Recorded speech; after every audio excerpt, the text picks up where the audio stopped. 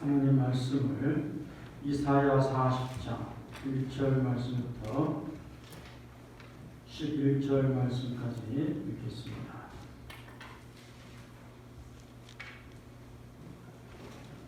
너희 하나님이 가라사대 너희는 위로하라. 내 백성을 위로하라. 너희는 정다이 예루살렘에 말하며 그것에게 외쳐 보하라. 그 복역의 때가 끝났고 그 죄악의 사함을 입었느니라. 그 모든 죄를 인하여 여호와의 손에서 배나 받았느니라 할지니라. 외치는 자의 소리여 가로되 너희는 광야에서 여호와의 길을 예비하라. 사막에서 우리 하나님의 대로를 평탄케 하라. 골짜기마다 도두어지며 산마다 작은 산마다 낮아지며 고르지 않은 곳이 평탄케 되며 험한 곳이 평지가 될 것이요 여호와의 영광이 나타나고 모든 육체가 그것을 함께 보리라. 대저 여호와의 입이 말씀하셨느니라. 말하는 자의 소리여 가로되 외치라. 대답하되 내가 무엇이라 외치리이까. 가로되 모든 육체는 풀이요 그 모든 아름다움은 들의 꽃 같으니 풀은 마르고 꽃은 시듬은 여호와의 기운이 그 위에 붐이라. 이 백성은 실로 풀이로다. 풀은 마르고 꽃은 시드나 우리 하나님의 말씀은 영영이 서리라 하라. 오늘 8절 말씀까지만 읽겠습니다. 우리 오늘 성도들이 다 함께 나와서 예배를 드려야 할 텐데 우리 코로나19 감염증 사태가 전국적으로 지금 굉장히 심각하게 가고 있고 특별히 우리가 살고 있는 이 철원 지역사회가 지금 전국적으로 굉장히 우려를 살 정도로 확진자가 속출하고 있어서 현재 우리 지역은 사회적 거리두기 1.5 단계라 우리는 우리 교회 전체 좌석의 30%까지 나올 수가 있습니다. 그럼 우리 교회가 약 400석까지 앉을 수 있습니다. 위에실까지. 그러면 120명까지는 우리 모일 수 있지만 워낙 지금 동성 지역의 사태가 좀 심각해서 우리가 자발적으로 장로님들과 의논해서 오늘 중직자들이 예배드리도록 그렇게 했습니다. 오늘 중직자가 아니신 분이 오셨어도 감사한 일입니다. 그러나 이제 70대가 넘으신 연세가 높으신 분들 그리고 개인적인 질환을 기존의 질환을 가지고 계시는 분들은 면역력이 상대적으로 약하기 때문에 가정에서 예배를 드리시도록 그렇게 했습니다.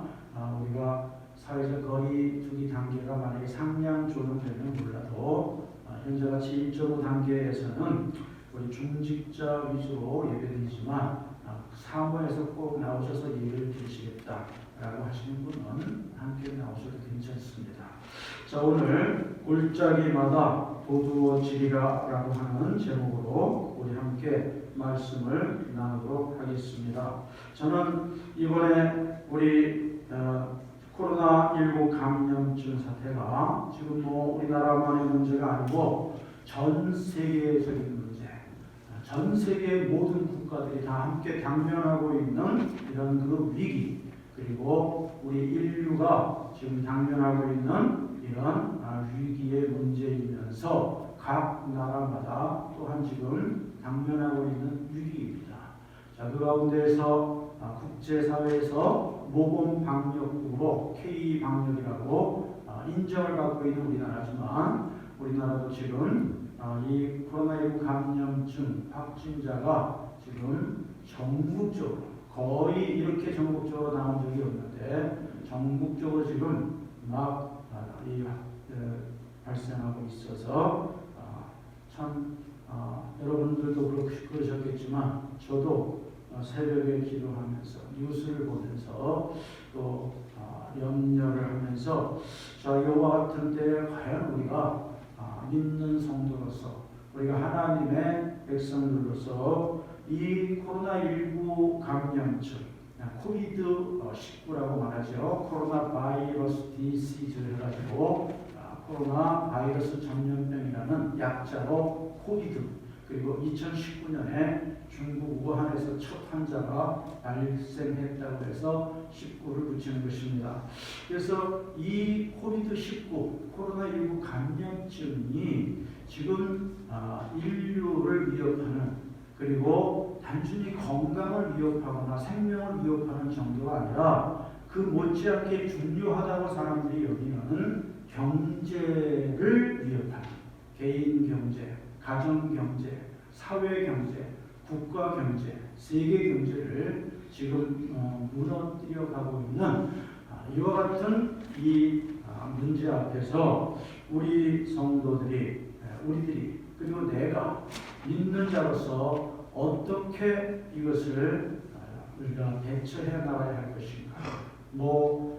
2020년 1월 중순서부터 이제 시작이 돼서 거의 지금 1년을 지금 인류가 이 문제에 고민하며 또 어려움을 겪어오고 있지만, 앞으로도 당분간 이 문제를 해결할 이와 같은 이 희망이 보이지 않는다. 지금 백신 개발에 대해서 이야기하지만 아직도 그 백신의 명확한 효과를 기대하려면 아직도 멀었다라고 하는 이런 소식을 들을 때, 그럼 앞으로도 우리가 이 코비드-19와 이제 함께 가야 되는데, 특히 우리 믿는 성도들이 세상 사람들 앞에서 어떤 모습을 보여줘야 할 것인가. 아니, 우리 믿는 자들이 주님 앞에서, 하나님 앞에서 어떤 모습을 가져야 할 것인가를 우리는 고민해야 되겠습니다. 그래서 이번에 다시 재확산되고 있는 이 국면에서 그러면 메시지를, 어떤 메시지를 우리가 이 시점에서 구해야 할 것인가 라고 고민을 하다가 오늘 이 본문 말씀, 우리가 잘 알고 있는 이사야 40장 1절 이하의 이 본문 말씀 1절에 보면 너희 하나님이 가라사대 너희는 위로하라, 내 백성을 위로하라. 위로하라. 이것은 지금으로부터 약 2700년 전에, 그러니까 기원전 690년경에 우리 하나님께서 이사야 선지자를 통하여서 이스라엘 백성들에게 예언하신 메시지입니다. 그런데 오늘 1절 말씀처럼 하나님께서 이와 같이 지금 전하라고 말씀하십니다. 너희는 위로하라, 내 백성을 위로하라. 위로하시는 하나님. 자, 사실은 위로받을 자격이 없는 이스라엘 백성들입니다. 자기들의 반복되는, 거듭되는, 그리고 회개할 줄 모르는 그 오랜 세월 동안의 죄악 때문에 오래 참으시다가 하나님이 징계의 매를 드셔서 심판을 받고 있습니다. 그러면 이제 앞으로는 가망이 없습니다. 하나님이 다시 기회를 주시지 않아도 그들에게는 이 할 말이 없는 것입니다.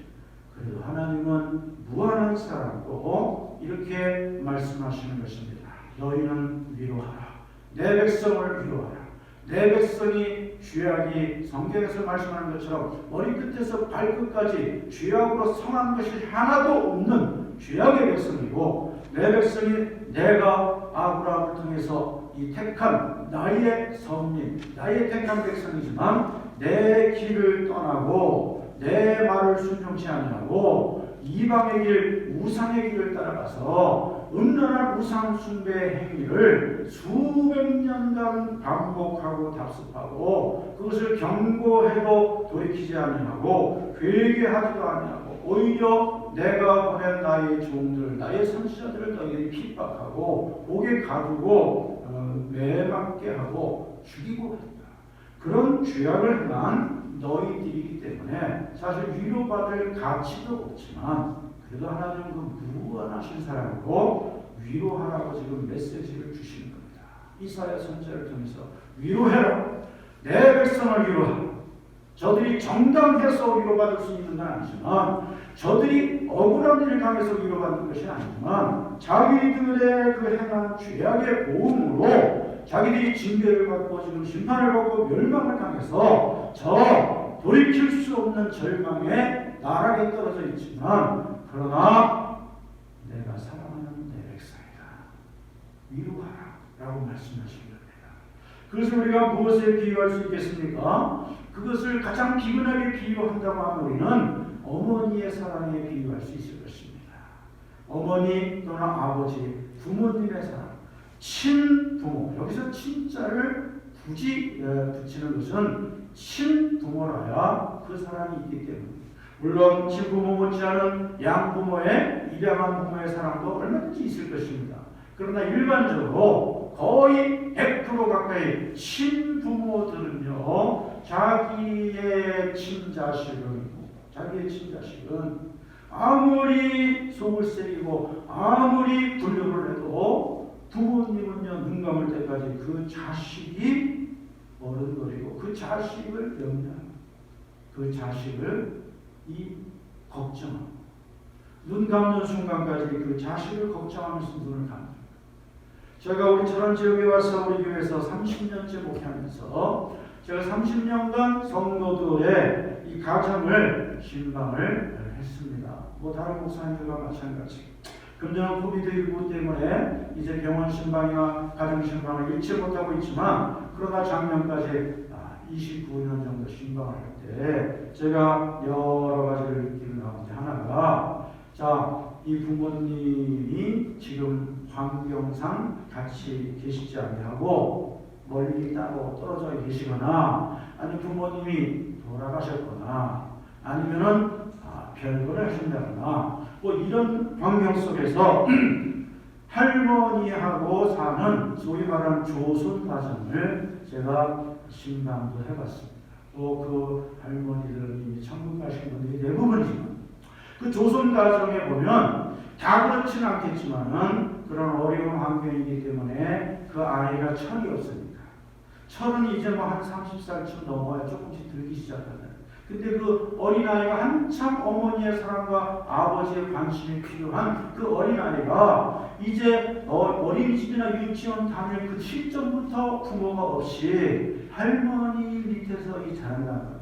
그러면 이제 얘가 4살, 5살, 6살부터 초등학교에 들어가고, 그리고 초등학교 6년 동안 부모 없이 그 할머니 밑에서 자라면요, 다 그런 건 아닙니다. 대부분 그래도 잘 크지만 그 중에는요, 나쁜 친구들, 꼭 보면은 나쁜 친구들 때문에 친구를 잘못 사귀어서, 또 그런 친구들이 보면 그런 애들에게 접근을 합니다. 그래서 나쁜 친구들 때문에 가출을 하고, 한 달에 뭐 한 열흘 보름씩 가출을 하고, 그리고 또 찾으려고 애를 써도 찾을 수 없다가 어느 날 갑자기 또 들어와서 며칠 있다가 또 가출을 하고, 이런 일을 반복을 해요. 그리고 그냥 가출만 하는 것이 아니라, 그렇게 가출한 소위 가출 청소년들은요, 이제 먹을 것, 잠자리 이런 것을 구하기 위해서 꼭 범죄를 합니다. 남의 자전거를 훔쳐간다든지, 남의 이 가게에서 물건을 몰래 훔친다든지, 오토바이를 훔친다든지, 뭐 하여튼 이런 절도를 많이 하고, 그 밖에도 나쁜 이 죄의 유혹에 많이. 그래가지고 파출소나 경찰서에서 꼭 연락이 오는 거예요, 할머니에게. 예? 그래가지고 아무개 할머니 되시나, 그러면서 우리 파출소에 지금 보호되어 있으니까 와서 오십시오. 그래서 가면요, 얘가 친구들과 자전거를 훔치다가 잡혔습니다. 얘가 친구들과 슈퍼마켓에서 물건을 훔치다가 잡혀서 주인이 신고해서 여기 와 있습니다. 그런 일들이 반복이 됩니다. 반복이 돼요. 그래서 처음에는 훈방하지만 나중에 계속되니까 소년원에 보내요. 소년원에 가면, 소년원이 뭡니까? 아이들 교도소 아닙니까? 소년원이지만 거기도 교도소예요. 그러니까 거기도 죄를 지어서 들어온 그 또래 아이들이 거기 있으니까 거기서 좋아져서 나오는 게 아니라 거기서 더 나빠져서 나오는 거예요.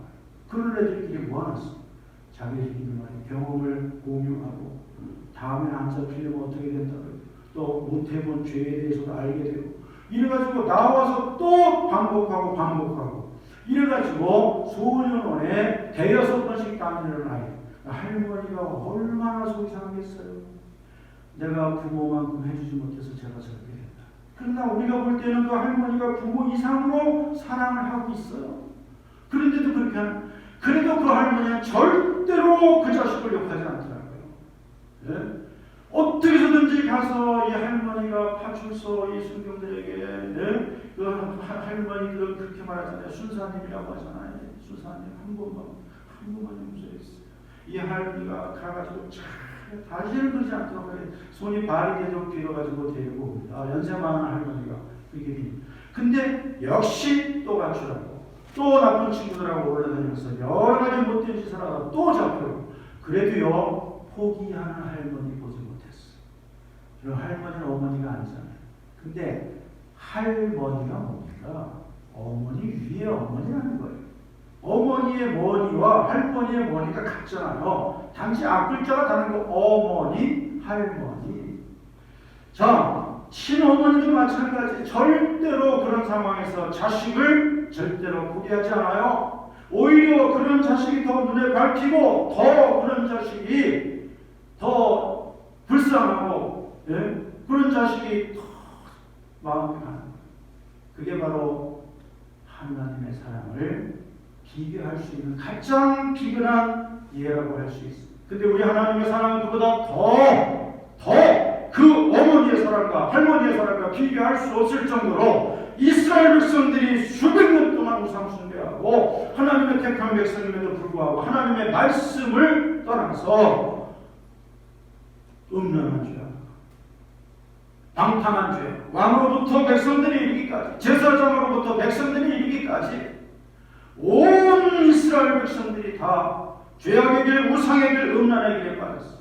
그리고 하나님이 선지자들을 보내셔서 깨닫게 하시고 경고하시고 돌아오게 하실 때에도 끝내주지 않았어. 오히려 그 선지자들을 잡아서 옥에 가두고 매질을 하고 고문을 하고 죽이고 이랬단 말이야. 그래도 하나님은 계속 참으셨어. 우리 같으면 그렇게 참을 수 있겠어요? 아무리 참을성이 많은 사람도 수백 년 참겠어요? 물론 우리는 수백 년을 살지 못해요. 100년 살지만 우리가 1년, 2년, 3년, 10년, 20년, 30년 계속 그 꼴을 당한다면 우리가 참을 수 있겠냐는 거예요. 하나님은요 수백 년, 아니 수천 년을 참으셨어요. 그러다가 결국은 때가 되니까 하나님이 징계하시는, 그 징계하시는 것도 깨달으라고 징계하시는.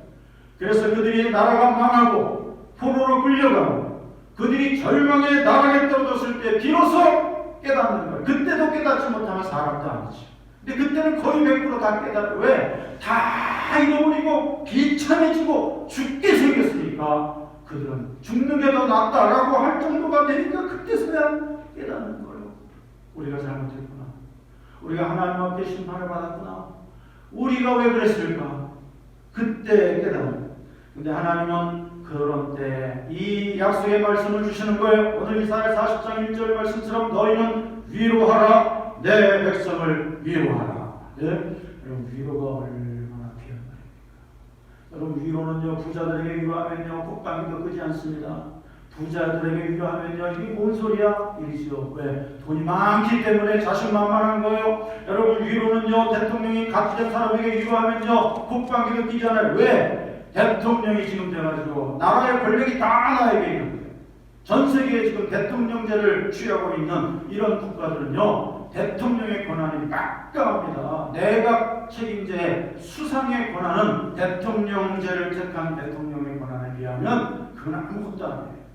근데 대통령제의 대통령은요 미국의 대통령이나 한국의 대통령이나 세계 그 어느 나라의 대통령이나 대통령 제도를 택하고 있는 나라의 대통령은요 대통령이 임명할 수 있는 고위직, 쳐다도 보지 못할 보통 사람들은 높은 자리에 있는 고위직만 수만 개의 고위직을 임명할 수 있어요. 그리고 모든 게 다 거의 다 대통령의 권한이에요. 우리나라도 보세요. 대법원장도 대통령이 임명장을 줍니다. 대통령이 지명하는 건 아니지만 어쨌든 임명장을 대통령이 줘요. 그 다음에 헌법재판소장, 대법원 위에 있다고 하는 헌법재판소장도 임명장을 대통령이 줍니다.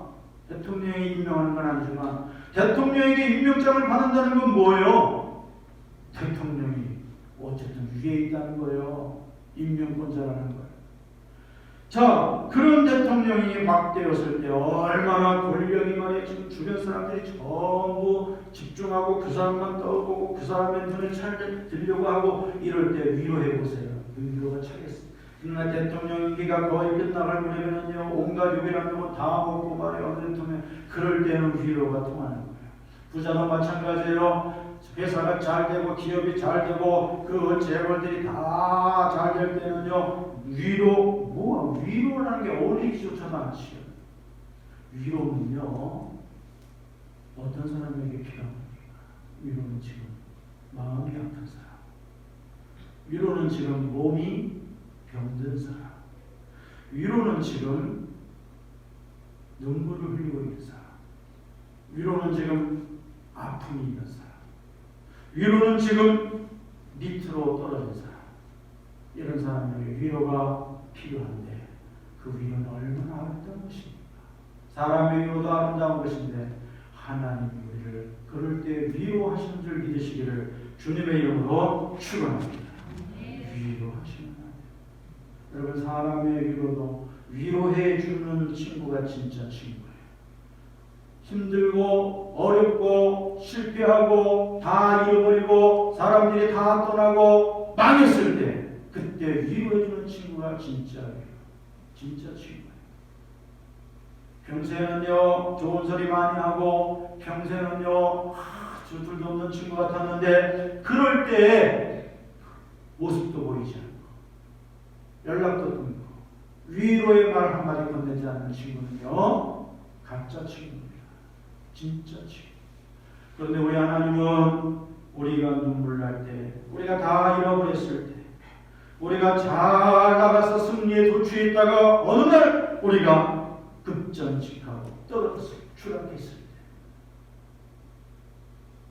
우리의 몸이 질병으로 어려움을 당할 때, 사람 문제 때문에 우리가 고민할 때, 내 힘으로는 더 이상 어떻게 할 수가 없는 상황 속에서 도대체 어디에 희망의 빛이 비칠지 아무나 그와 같은데 사람들조차도 다 수근수근거리거나 손가락질하거나 다 외면하거나 나를 회피합니다. 그럴 때 우리 주님은 나를 위로해 주시는 위로자가 되시는 줄 믿으시기를 주님의 이름으로 축원합니다. 우리 살아계신 하나님이 그럴 때 나의 위로가 되시는 하나님이신 줄 믿으시기를 주님의 이름으로 축원합니다.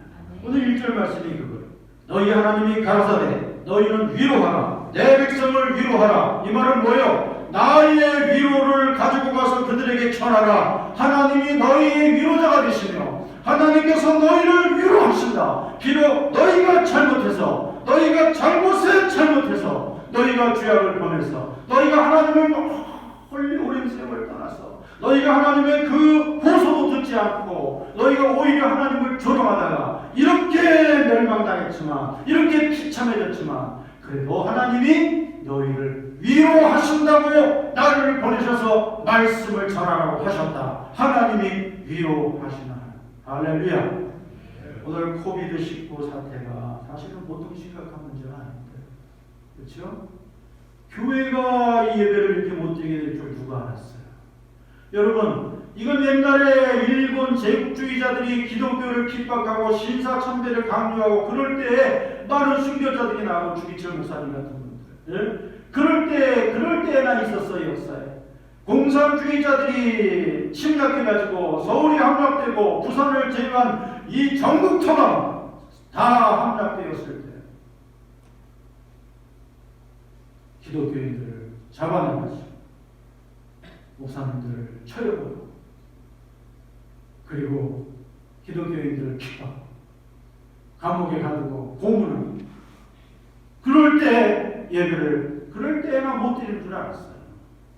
2020년 21세기에 대한민국이 더 이상 공산주의자들이 넘보지 못하고 그리고 일본 제국주의자들이 그 제국주의 군국주의 망령이 다시 넘실대지 못하는 이 21세기에 한국교회가 세계에서 자랑하던 한국교회가 세계에 자랑하던 한국교회 뭐 세계 최대의 장로교회가 대한민국에 있으며 뭐 세계 최대의 이 출석교인을 자랑하는 교회가 대한민국에 있다고 그렇게 자랑하는 우리 한국교회가 이렇게 예배를 못 드리게 될 줄 누가 알았냐는 거예요. 이거 보통 심각한 문제가 아니에요. 그렇다고 해가지고 지금 예배를 못 드리게 하는 정부가 마귀고 사탄이고 우리가 싸워서 넘어뜨려야 할 대상이다. 그럼 무지한 소리를 우리가 할 수 있습니까? 지금 우리가 상황을 다 알잖아요. 정부가 예배 못 드리게 한 적은 없어요. 사회적 거리두기 단계에 따라서 사실 교회발 확진자들이 지난날에 얼마나 많이 나왔어요. 거기에다가 저 신천지 그리고 또 저 이단으로 지금 우리 교단에서도 이 주의를 요하는 결정을 지난 총회에서 했던 전 암계 목사의 무슨 교회 이런 것들이 말이에요. 한국 교회를 다 이 똑같은 것으로 불신자들이 볼 때는 생각했어요. 그래서 우리 한국 교회가 한때는 가정 예배, 온라인 예배를 드린 적은 있어요. 그러나 정부가 대놓고 이 교회 문을 닫도록 강요하거나 경찰이나 군인을 보내서 닫게 한 적은 없어요. 앞으로도 그렇게는 못합니다. 오늘도 우리 지역의 초롱군청 공무원들이 또 고생하면서 왔다 가신 줄 아는데 그런 것들이 다 뭡니까? 우리가 다 함께 지금 이 사태를 극복하기 위해서 우리가 당연히 협력해야 할 이와 같은 부분이 아니겠어요? 자, 그런데 이 코비드19가 이게 보통 심각한 문제는 아닌데 우리가 이것 때문에 지금 사실 자영업자들이 방역을 위해서는 확진자의 차단을 위해서는 왜냐하면 이 확진자 하나 때문에 이것을 알지 못하는 사이에 이 확진자가 자기 가족을 만나고 친구를 만나고 또 어디를 여행을 가고 그러면 가는 데마다 자꾸 본의 아니게 퍼뜨리고 막 이러니까 지금 그것을 이 심각한 상황에서는 차단하기 위해서 사회적 거리두기 단계를 강화시키는 거 아니겠어요? 그래서 이 코비드19를 차단하기 위해서는 사회적 거리두기 단계를 강화를 시키긴 해야 되는데 그러기 위해서는 자영업자들이 너무 지금 고통이 크고 너무 손실이 크고 그것은 단순한 금전적 경제적 고통이 아니라 그것은 삶의 의욕을 잃어버리고 삶의 위기가 초래돼요. 이러한 어려운 문제이기 때문에 당국에서도 정말 고민하고 있는 이런 문제는 아니겠어요? 이러한 어려운 문제 앞에서 우리는 믿는 성도로서 우리는 확실한 앞날을 내다보는 안목을 가져야 될 줄로 믿습니다. 확실한 앞날을 내다보는 안목이 뭡니까? 이 코비드19가 과연 해결되지 아니하고 이 코비드19 때문에 개인이나 가정이나 사회나 국가나 인류 이 세계가 다 함께 언제까지나 고통 속에 있을 것이라고 하는 생각은 우리 믿는 성도의 생각이 아닙니다. 우리 믿는 성도의 생각은 반드시 하나님의 길이 있다. 하나님의 뜻이 있다. 라고 우리는 앞날을 내다봐야 할 줄로 믿습니다. 믿습니까? 저는요 오늘 이 본문 말씀을 살펴보는 것이 오늘 본문 말씀 가운데 그 앞날이 있는 것을 발견했어요. 여러분 오늘 본문 말씀 어디에 그 앞날이 있습니까? 여러분 한번 보시기 바랍니다. 오늘 이사야 40장 1절부터 5절까지 읽었는데 여러분 그 앞날을 한번 보십시오. 오늘 8절까지 읽었죠. 자, 그 앞날을 저는 이 성경 말씀을 묵상하는데 발견했어요. 여러분 한번 보시겠어요? 짧은 시간이지만 한번 보세요. 어디에 있는가? 어디 있습니까? 저는요 오늘 말씀의 제목 골짜기마다 도두어지리라.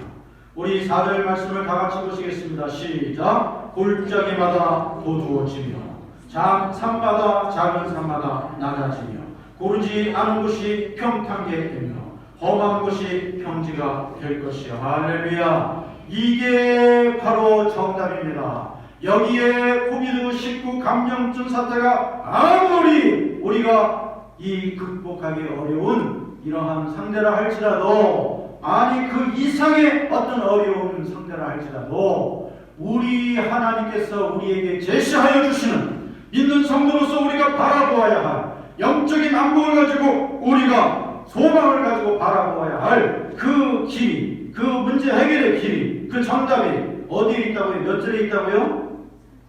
몇 절이요? 4절 말씀입니다. 오늘 이사야 40장 4절 골짜기마다 도두어지며 그래서 오늘 말씀의 제목을 골짜기마다 도두어지리라. 우리 하나님 말씀을 한번 따라 하시겠습니다. 골짜기마다 도두어지리라. 저는요 이 말씀을 읽으면서 이야 이 골짜기가 코비드19구나. 코비드19의 이 골짜기, 코로나19 감염증, 이 인류가 지금까지 경험해보지 못했던 정말 너무 무시무시한 이런 상대인 미국이나 선진국들이 더 지금 확진자가 많아지고 사망자가 더 많습니다. 여러분 들으셨어요? 미국에서는 하루에 18만 명이 사망했어요. 미국에서 18만 명. 미국이 우리보다 땅덩어리가 넓고 인구가 많지만 그러나 여러분 그렇다 하더라도 하루에 18만 명이 사망했어요. 미국 전역에서 52개 주에서. 이건요 남의 나라 이야기니까 그렇던가 뉴스에 나왔던가 이렇지만 여러분 미국에서는요 지금 코비드19로 인한 사망자가 한국전쟁 사망자, 베트남 전쟁 사망자, 9.11 저 테러 사망자의 숫자를 훨씬 상회하는 이와 같은 엄청난 계속해서 가파르게 확진자와 사망자가 발생하는 이러한 이 사태에 있습니다. 유럽도 마찬가지 영국, 독일, 프랑스, 이탈리아 우리가 말하는 선진국들이 지금 더 심각한 이런 확진자와 사망자. 그래가지고 에이 어차피 이렇게 될 거 그냥 경제나 잘 돌아가게 하자. 그리고서 말이에요 막 그냥 풀었다가 지금 다시 막 봉쇄하고 다시 마스크 써야 된다고 그러고 막 야단도 아니잖아요. 여러분 이 어려운 문제 이것이 바로 오늘 이사야 40장 4절에서 말하는 골짜기입니다. 여러분 사망의 음침한 골짜기를 지날지라도 해를 두려워하지 않을 것은 주께서 나와 함께 하시리라. 지난주에 시편 23편 말씀을 통해서도 우리가 함께 묵상했지만 여기에도 오늘 골짜기가 나오는데 이 골짜기는요 수없이 반복되는 인류의 이 고통스러운 문제들 그리고 인류 역사에 이 굴복된 이와 같은 사건들 이것이 바로 골짜기인 줄로 믿습니다. 우리의 삶을 살아가는 데 있어서도 우리의 이 개인의 골짜기가 바로 있습니다. 바로 우리가 원치 아니하지만 때로는 실패의 이런 골짜기에 들어갈 때가 있습니다. 또 질병의 골짜기에 우리가 처하여 있을 때도 있습니다. 또 악인의 골짜기, 악한 사람들에게 고통받는 이런 골짜기. 모든 민원인이 다 그렇지 않지만 그러나 때로는 악성 민원인이 얼마나 말이에요 공무원을 괴롭히고 얼마나 또 그 사업주들을 괴롭힙니까? 이 악한 인간들이 있습니다, 여러분. 이 현대 사회가 이 점점 악한 인간들이 많아지는 시기. 이유 없이 흉기를 휘두르고 작은 것 때문에 막 사랑하는 사람을 요새 이 딸 가진 부모들 조심해야 돼요. 기도 많이 해야 됩니다. 요새 옛날에 그렇게 많지 않았는데 요새는요 그저 교제하다가 이 여자애가 이 사람 요새 여자들 얼마나 똑똑해요 아가씨들. 그러니까 교제해보니까 이 여자는 이 남자는 이게 성격이 좀 이상해. 이 남자는 사고방식이 이상해. 가치관이 좀 이상해. 또 이 남자는 좀 무능력. 이래가지고 헤어지기를 요구하면요 그 헤어지기를 요구한 순간 다 그런 건 아니지만요 거기에 앙심을 품고 여자를 잔인하게 해치우는 이런 범죄가 거의 날마다 뉴스에 나오고 있습니다. 심지어 그 여자의 부모, 가족까지. 여러분 요새는 겉으로 보면 다 멀쩡합니다. 저처럼. 다 멀쩡해요. 겉으로 봐서 알 수 있다면 얼마나 좋겠어요. 다 더 괜찮은 것 같은 사람이 더 이상한 사람도 있어요. 그러니까 알 수가 없는 거예요. 우리 딸 가진 부모님들, 손녀 가진 부모님들은 기도 많이 해야 됩니다. 아들 가진 부모들은요 솔직히 걱정 안 해도 돼요.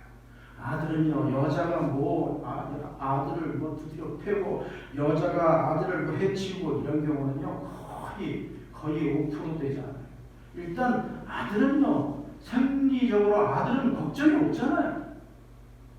그래서 이 현대 사회는요 정말 누가 악인인지 모르는 거예요.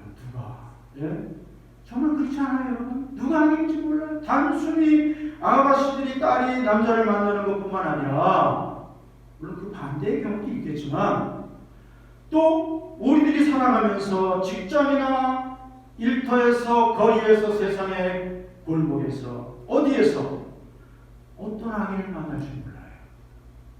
정말 무서운 세상입니다. 이러한 악인의 골짜기도 있고 고난의 골짜기도 있고 고독의 골짜기도 있어요. 눈물의 골짜기도 있습니다. 여러분 다 지금까지 살아오면서 다 겪었잖아요. 눈물의 골짜기, 고난의 골짜기, 시험의 골짜기, 질병의 아픔의 골짜기, 인간 때문에 겪는 이러한 아픔의 골짜기. 이거 안 겪어본 사람, 이 골짜기에 안 떨어져 본 사람이 어디 있어? 근데 지금까지 그 아픔의 골짜기가 이제 끝났다. 아닙니다. 인간은 눈을 감을 때까지 불확실한 삶을 사는 것이. 이러한 골짜기가 우리 개인적으로, 가정적으로, 그리고 국가와 인류적으로 역사 속에서 많은 아픔의 골짜기, 전쟁의 골짜기를 말합니다. 제1차 세계대전, 제2차 세계대전. 이것은 큰 전쟁이니까 세계대전이라고 하지만 인류 역사를 보면, 우리가 세계사를 보면요, 전쟁이 전쟁의 역사예요.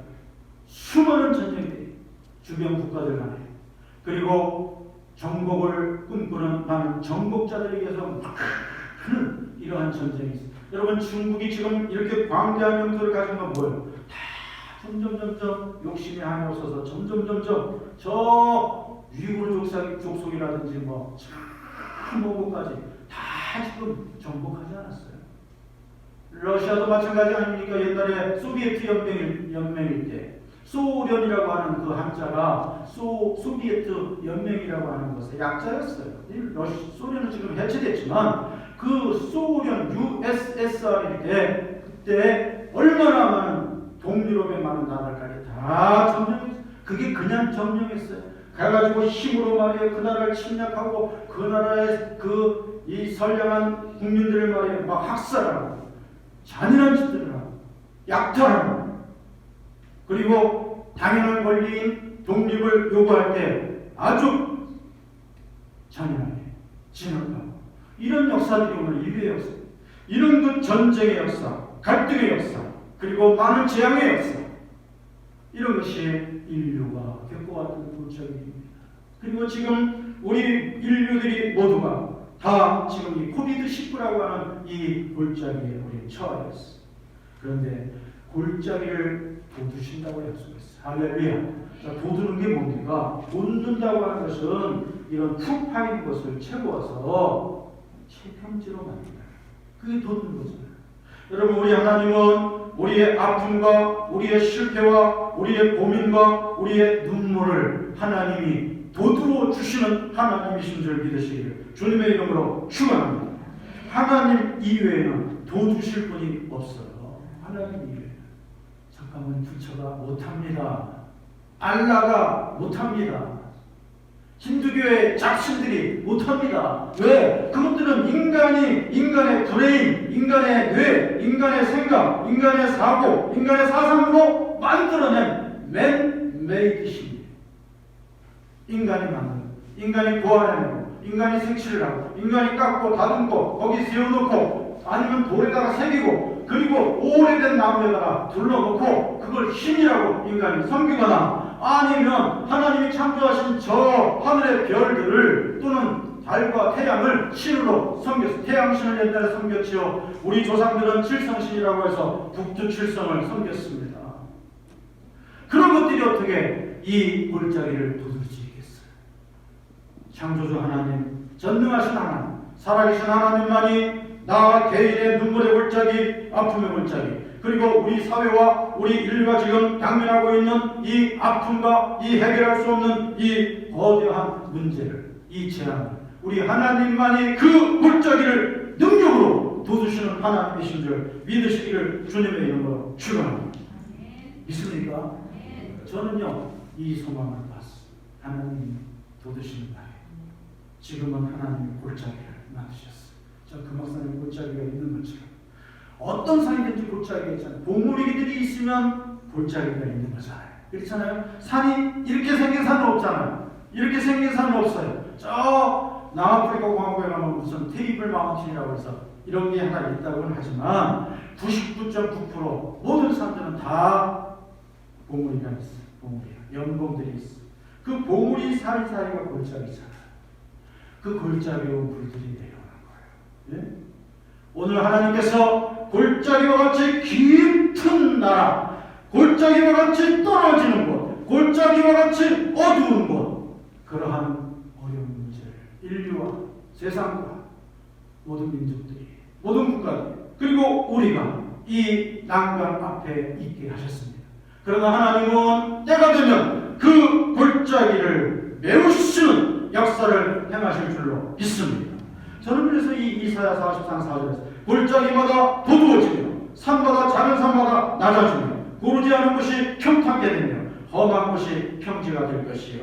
이 이사야 40장 4절 말씀 다 같은 맥락입니다. 하나님이 높아지고 교만하고 왕자하면 낮추시고, 하나님이 저 낮아서 신음하고 엎드러져 있고 고통을 당하고 회개하고 엎드려서 자기 자신의 죄악을 깨닫는 자는 하나님이 다시 도두어 주시고 평지가 되게 하시고 높여주시는 역사를 행하십니다. 할렐루야. 우리는 살아계신 하나님.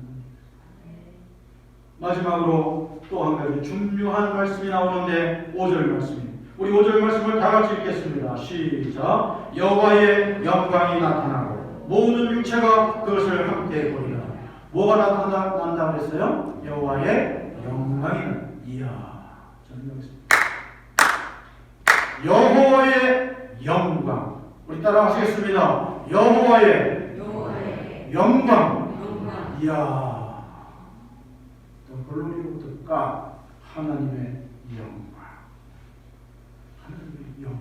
여러분, 영광이라고 하는 영광스럽습니다. 올림픽에서 금메달을 따고서 감격에 비워서 그 숱한 날 동안 피눈물을 흘리면서 훈련을 해가지고 세계에서 뽑혀온 선수들 중에서 금메달을 얼마나 감격. 그럴 때 영광스럽다. 자기가 이 대한민국 이 국기를 가슴에 달고 나가서 수없이 경기에 나가서 계속해서 이기고 올라가서 결승전에서 이 승리해가지고 금메달을 땄어. 그러면요 이 금메달을 수여하고 그 다음에 국기 세레머니를 하잖아요.